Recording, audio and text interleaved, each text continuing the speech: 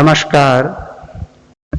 BA part प्रथम प्रथम प्रश्न पत्र समाज शास्त्र के सिद्धांत, जिसमें आज हम समुदाय की अवधारणा पर बात करेंगे। अवधारणा को प्रस्तुत करने वाले प्रस्तुतकर्ता श्री मूलचंद खटीक, ये मेरा परिचय है। सहायक आचार्य समाजशास्त्र और मैं श्री प्रताप सिंह बारहट राजकीय महाविद्यालय शाहपुरा जिला भीलवाड़ा में कार्यरत हूँ। समुदाय की अवधारणा प्राथमिक अवधारणा है, सामान्य भाषा में प्रचलित शब्द है, जिसका प्रयोग कई बार जाति विशेष, धर्म विशेष या संप्रदाय विशेष के लोगों के लिए किया जाता है, जैसे ब्राह्मण समुदाय, ईसाई समुदाय, हिंदू समुदाय, सिख समुदाय, जैन समुदाय आदि। परंतु समाजशास्त्र में समुदाय शब्द का प्रयोग इन अर्थों में नहीं किया गया है। किसी भी गांव, कस्बे, नगर या महानगर तथा देश को समुदाय कहा जा सकता है, क्योंकि इन सभी का एक निश्चित भौगोलिक क्षेत्र होता है और इनका अपना एक इतिहास होता है। इन सभी समूहों के साथ निश्चित भौगोलिक क्षेत्र जुड़ा हुआ है। यदि हम इसके शाब्दिक अर्थ की दृष्टि से बात करें तो कम्युनिटी शब्द दो लैटिन शब्दों कम तथा म्यूनिस से बना है। कम शब्द का अर्थ है टूगेदर अर्थात एक साथ, और म्यूनिस का अर्थ है सर्विंग से अर्थात सेवा करने से है। इसका पूर्ण तात्पर्य यह हुआ समुदाय का कि साथ साथ मिलकर सेवा करने से है। कहने का मतलब जब किसी क्षेत्र में सभी लोग मिलकर के सेवाएं देते हैं, कार्य करते हैं, तो वह समुदाय है। समुदाय की अवधारणा पर कई समाजशास्त्रियों ने अध्ययन किए, जिसमें कुछ समाजशास्त्री इस प्रकार हैं। मैकाइवर एंड पेज, इन्होंने अपनी पुस्तक सोसाइटी में अध्ययन किया। बोगार्डस ने सोशियोलॉजी पुस्तक में, Robert Redfield the peasant society में, हेयरचाइल्ड ने डिक्शनरी ऑफ सोशियोलॉजी में, मॉरिस गिन्सबर्ग ने सोशियोलॉजी में, गिडिंग्स ने प्रिंसिपल्स ऑफ सोशियोलॉजी में, ऑकबर्न एंड नीमकॉफ हैंडबुक ऑफ सोशियोलॉजी में तथा किंगस्ले डेविस ने ह्यूमन सोसाइटी में अध्ययन किया। किंगस्ले डेविस ने अपनी पुस्तक ह्यूमन सोसाइटी में लिखा है कि समुदाय सबसे छोटा ऐसा क्षेत्रीय समूह है जिसमें सामाजिक जीवन के समस्त पहलू आ जाते हैं। यहां पर डेविस ने भौगोलिक क्षेत्र की बात कही है और सामाजिक जीवन के विभिन्न पहलू जो है सामाजिक, आर्थिक, राजनीतिक सभी प्रकार के पहलू इसमें सम्मिलित होते हैं। बोगार्डस ने सोशियोलॉजी में एक समुदाय को एक ऐसा सामाजिक समूह माना है जिसमें कुछ अंशों में हम की भावना पाई जाती है तथा जो एक निश्चित क्षेत्र में रहता है। यहां पर भी देखिए, हम की भावना पाई जाती है। हम की भावना का मतलब होता है वी फीलिंग्स, अर्थात जो सुख मुझे मिल रहा है वो सुख दूसरे सदस्यों को भी मिले, ये हम की भावना है। ग्रामीण क्षेत्र में निवास करने वाले व्यक्ति जो है उनमें गांव के प्रति हम की भावना पाई जाती है, और यही कारण है कि ग्रामीण जो क्षेत्र है वह समुदाय है।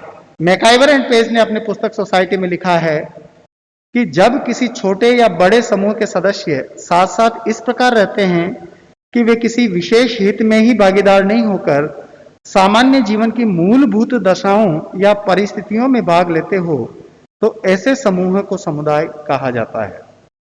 आगे ऑकबर्न एंड नीमकॉफ ने ए हैंडबुक ऑफ सोशियोलॉजी में लिखा है कि एक सीमित क्षेत्र में सामाजिक जीवन के संपूर्ण संगठन को समुदाय कहा जाता है। यानी निश्चित भौगोलिक क्षेत्र में रहने वाला पूरा जो संगठन है उसको समुदाय कहा जाएगा कॉकबर्न एंड नेमकॉप के अनुसार। यदि हम सारगर्भित रूप से बात करें तो सामाजिक जीवन में संपूर्ण संगठन को समुदाय कहा जाता है, लेकिन इन परिभाषाओं के आधार पर जो है 3 आधार बनते हैं समुदाय के। पहला आधार व्यक्तियों का समूह, अर्थात जब हम ये कहते हैं कि यह समुदाय है तो निश्चित रूप से उस समुदाय में व्यक्तियों का होना आवश्यक है, यानी व्यक्ति है जो कि सामान्य सामाजिक जीवन से व्यक्ति जुड़े हुए होता है और उस क्षेत्र के प्रति सामुदायिक भावना भी उनमें विकसित होती है। दूसरी बात यदि करें निश्चित भौगोलिक क्षेत्र, प्रत्येक समुदाय के लिए निश्चित भौगोलिक क्षेत्र का होना भी आवश्यक है। गांव, नगर, राष्ट्र को इसलिए समुदाय कहा जाता है कि इनमें से प्रत्येक का अपना अपना निश्चित भौगोलिक क्षेत्र होता है तथा उनमें क्षेत्र के प्रति अपनत्व की भावना पाई जाती है, यानी कि जो भी व्यक्ति किसी भी भौगोलिक क्षेत्र में निवास कर रहा है तो निश्चित रूप से उस क्षेत्र के प्रति व्यक्ति में लगाव की भावना आ जाती है, अपनत्व की भावना आ जाती है। और तीसरा आधार की यदि हम बात करें जिसे हम कहते हैं सामुदायिक भावना, इसे हम की भावना के नाम से भी जानते हैं। सामुदायिक भावना का तात्पर्य हम सब एक हैं, यह समुदाय हमारा है। इस में भी 3 बातें पाई जाती है। एक तो हम की भावना की अभिव्यक्ति, हम की भावना का मतलब जैसा कि मैंने अभी बताया वी फीलिंग्स की भावना है। जैसे ग्रामीण क्षेत्र में रहने वाला व्यक्ति गांव में अपनी जो है विशेषता प्रकट करता है, गांव की बुराई वो नहीं सुन सकता है क्योंकि उसमें हम की भावना है, वी फीलिंग्स हैं। दूसरी योगदान की भावना, यानी जिस क्षेत्र में व्यक्ति रहता है उसमें निश्चित रूप से उस क्षेत्र के प्रति योगदान की भावना उसमें होनी चाहिए। और तीसरी बात निर्भरता की भावना, यानी डिपेंडेंट, कोई भी व्यक्ति परिपूर्ण नहीं है, वह समुदाय के प्रति निर्भर होते हैं, ऐसा जो है सामुदायिक भावना के अंतर्गत होता है। अब यहां समुदाय की कुछ विशेषताएं प्रकट होती है, जिसमें पहली बात करें समुदाय का जो है वो स्वतः विकास होता है। समुदाय का निर्माण कुछ लोगों के द्वारा जानबूझकर या नियोजित प्रयत्नों द्वारा नहीं किया जाता है, इसका तो समय के बीतने के साथ साथ स्वतः विकास होता है। यानी समुदाय आजकल जो है महानगरों के अंदर पड़ोस जानबूझ करके बनाए जाते हैं, वकील कॉलोनी, डॉक्टर कॉलोनी, तो वो समुदाय नहीं है। समुदाय वह है जो स्वतः विकास होता है, जिसका स्वतः विकास होता है। जैसे किसी क्षेत्र में धीरे धीरे पॉपुलेशन बढ़ती है और वहां पर जो है उस क्षेत्र के प्रति लोगों में हम की भावना आ जाती है और उसका विकास होता चला जाता है। दूसरी बात अगर हम कहें स्थायीपन, इसका तात्पर्य प्रत्येक समुदाय एक निश्चित भौगोलिक क्षेत्र में स्थायी रूप से रहता है। किसी भी अस्थायी समूह जैसे भीड़ श्रोता समूह को समुदाय नहीं माना जा सकता।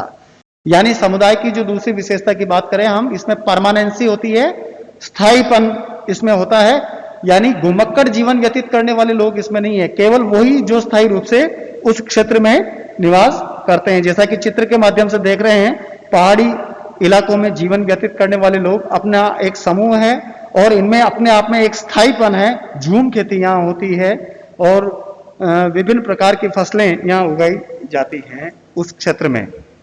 यह अपने आप में आत्मनिर्भर है। तीसरी बात यदि हम कहें तो इसमें विशिष्ट नाम होता है। प्रत्येक समुदाय का अपना एक विशिष्ट नाम होता है जो उस समुदाय के लोगों में हम की भावना जागृत करते हैं। प्रत्येक समुदाय के नाम के साथ एक विशिष्ट इतिहास भी जुड़ा होता है।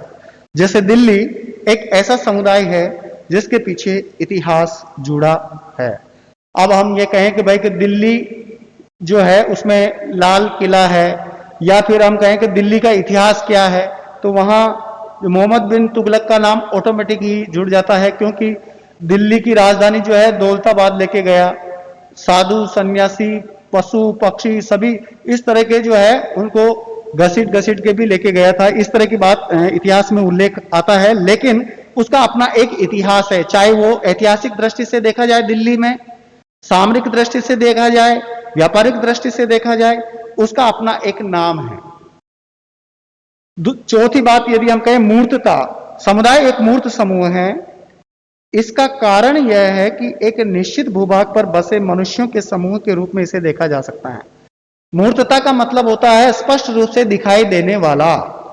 जब हम समुदाय की बात करते हैं तो इसमें एक निश्चित भौगोलिक क्षेत्र होता है और यह निश्चित भौगोलिक क्षेत्र दिखाई देने वाला है, इसीलिए यह मूर्त है। जैसा कि आप महानगर आप देख सकते हैं, बड़ी बड़ी भवन अट्टालिकाएं दिखाई दे रही है, तो इसका अपना एक इतिहास है। यह भी जो है समुदाय है। पांचवी बात यदि हम कहें व्यापक उद्देश्य, समुदाय में अनेक समूह, समितियां एवं संस्थाएं समाहित होती है जो समुदाय के व्यापक लक्ष्यों की पूर्ति में योग देती है। यानी इसके जो समुदाय में समूह होते हैं, समितियां और संस्थाएं होती है और जो व्यक्ति की आवश्यकता की पूर्ति में और उनके उद्देश्यों की पूर्ति भी करती है। और छठी बात करें सामान्य जीवन, कॉमन लाइफ, समुदाय के कुछ सामान्य रीति रिवाज, परंपराएं, विश्वास, उत्सव एवं त्योहार तथा संस्कार होते हैं जो उस समुदाय के लोगों के जीवन में एक रूपता उत्पन्न करते हैं। जैसे एक ये विभिन्न प्रकार जो परंपराएं हैं, विश्वास है, रीति रिवाज है, तो नृत्य भी अपने आप में एक क्षेत्र विशेष को प्रभावित करता है, एक कॉमन लाइफ है। जैसे राजस्थान की बात करें तो यहाँ घूमर नृत्य है, तो उसी तरह से अलग अलग क्षेत्र में गुजरात में चले जाएं तो वहाँ दूसरे नृत्य के बारे में गरबा वहाँ प्रचलित है। तो इस तरह से अलग अलग क्षेत्र में हमें देखने को मिलता है। सामान्य नियम व्यवस्था, सातवीं बात यदि हम करें, मोरिस गिन्सबर्ग ने सोशियोलॉजी में लिखा है कि नियमों की सामान्य व्यवस्था को समुदाय की एक महत्वपूर्ण विशेषता माना है, चूंकि सामान्य नियमों से निर्देशित होने के कारण ही एक समुदाय विशेष के लोगों के व्यवहारों में बहुत कुछ समानता होती है। अब यहां पर देखिए कि कॉमन रूल्स अगर लागू हो गए तो समुदाय के सभी सदस्य उसका पालन करेंगे और उस पर नियंत्रण स्थापित भी किया जाता है समूह के सदस्यों पर, और वह उनका पालन करते हैं। इससे समुदाय में संगठन स्थापित होता है। आत्मनिर्भरता समुदाय की एक महत्वपूर्ण विशेषता है जो अपनी सभी आवश्यकताओं की पूर्ति स्वयं ही कर लेता है। यानी समुदाय अपने आप में आत्मनिर्भर है। इसका तात्पर्य है कि उसे किसी अन्य समुदाय की आवश्यकता नहीं पड़ती। जैसे आदिम समुदाय, जनजातीय समुदाय या छोटे समुदायों में यह विशेषता पाई जाती है, बशर्ते कि यानी कि ये इतने महत्वपूर्ण होते हैं कि जैसे बाढ़ आ जाती है और अकाल पड़ जाता है, तब भी ये समुदाय अपने आप में, छोटे जो समुदाय है वो अपने आप में अपने अस्तित्व को लिए हुए रहते हैं, फिर भी उनका कुछ नहीं बिगड़ता है। ये महत्वपूर्ण समुदाय, इसीलिए तो इसको प्राथमिक रूप से महत्वपूर्ण माना गया है। और अंत में हम बात करेंगे अनिवार्य सदस्यता की। प्रत्येक व्यक्ति किसी न किसी समुदाय का सदस्य अवश्य होता है। वह किसी न किसी क्षेत्र विशेष में अन्य लोगों के निकट रहता है एवं उनके साथ अंतः क्रिया करता है तथा आवश्यकता की पूर्ति के लिए उसे किसी क्षेत्रीय समुदाय में रहना पड़ता है। जिस क्षेत्र का व्यक्ति है, जिस समुदाय का व्यक्ति वह है, तो उस समुदाय में रहने वाले दूसरे लोगों के साथ व्यक्ति को अंतः क्रिया करनी पड़ती है, उनके साथ बातचीत करनी पड़ती है और उस समूह का अनिवार्य रूप से, मतलब उस समुदाय का अनिवार्य रूप से वो सदस्य होता है। आज तक बस इतना ही। बहुत बहुत धन्यवाद।